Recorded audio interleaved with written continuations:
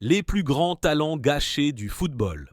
Dans le football, il y a des joueurs qui avaient tout pour devenir des légendes, mais qui ont tout perdu. Blessures, mauvaises décisions, pression, excès. Aujourd'hui, on plonge dans les plus gros talents gâchés de l'histoire du foot. Accrochez-vous, parce que ces histoires font mal. Premier Adriano, l'empereur déchu. Adriano, c'était un monstre.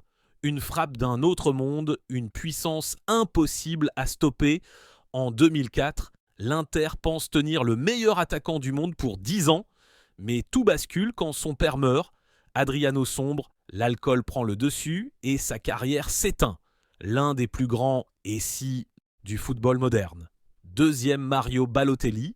Pourquoi toujours lui ? Balotelli, un talent exceptionnel. À 20 ans, il ridiculise des défenseurs de Premier League comme si c'était des cônes d'entraînement. Mais Mario avait un ennemi, lui-même. Retard, polémique, manque de discipline. Toujours un geste génial suivi d'une catastrophe. Le gars aurait pu être Ballon d'Or. Il a fini par devenir un mème. 3. Alexandre Pato, la promesse brésilienne cassée par les blessures. Pato, le Brésil avait déjà trouvé le successeur de Ronaldo.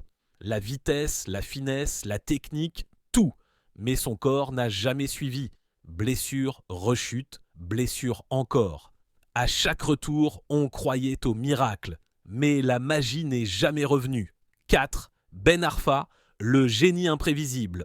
Hatem Ben Arfa, c'est simple. Quand il voulait, il faisait ce qu'il voulait avec un ballon.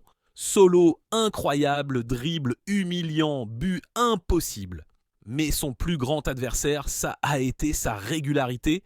Génie total, mais intermittent. Le foot français n'a pas eu le Ben Arfa qu'il méritait. 5. Ronaldinho. La magie qui s'est éteinte trop tôt.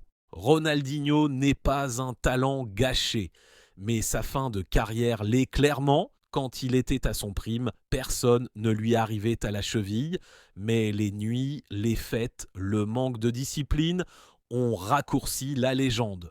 On aurait pu le voir dominer 5 ans de plus. Dans la prochaine vidéo, je vais vous montrer les meilleurs dribbleurs de toute l'histoire du football. Tu ne veux clairement pas rater ça.